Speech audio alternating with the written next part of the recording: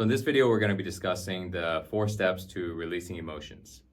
We're going to talk about what the 4 steps are and how to navigate through each of them. So step number 1 is we need to realize that we are triggered. We need to realize that the emotion has arrived. And we're going to go through these really quick and then we're going to circle back again. Step number 2 is once you realize that you're triggered, slowly breathe and start to relax. Step number 3, don't believe the thoughts that you're having. And step number 4, continue to feel until the emotion is gone. So these 4 steps are important to remember because this is how we release. If we don't do it this way, then we will get caught up to where either we will not recognize that we're triggered, we miss step 1, and by the time we get very, very triggered, we go to step 1. I recognize I'm angry because I'm yelling and I'm punching, right? I'm stomping things.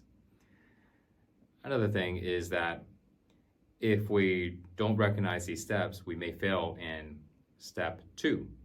Now that I'm triggered, what am I going to do? Should I express it? Should I tell you how upset I am? Or should I show you so you know, so this way you can remember not to get me so upset next time? Right?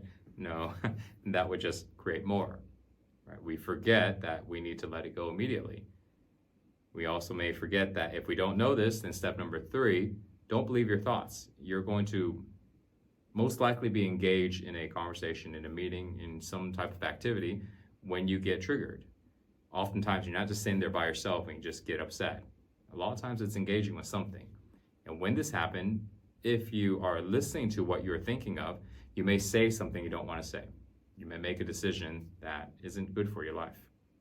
It's not the best decision because you're very, very emotional, right? You don't see clearly. You don't see all the options. You just see the ones that are really standing out that's aligned with your emotion. So you need to know number 3. And then number 4, feeling it until it's gone.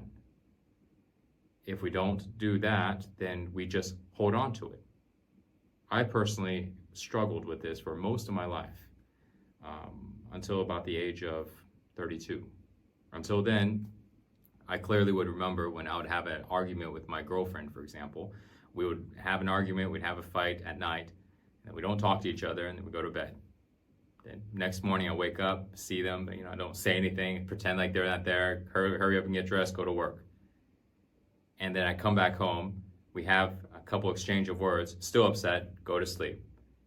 Wake up, repeat, same thing in the morning, and then that evening, go ahead and finally talk it over on why I was upset and come to an agreement and we let it go. I've done this for as long as I can remember. This was my pattern. It takes about 2 days for me to let it go. With small things and big things. Big things probably longer. Small things, just arguments, disagreements about something, that would be the normal run. So when I recognize that there's a faster way to release emotions, when I recognize how to release them, it changed the way I engage in relationships. It changed everything. Because up until then, I literally didn't know how to release.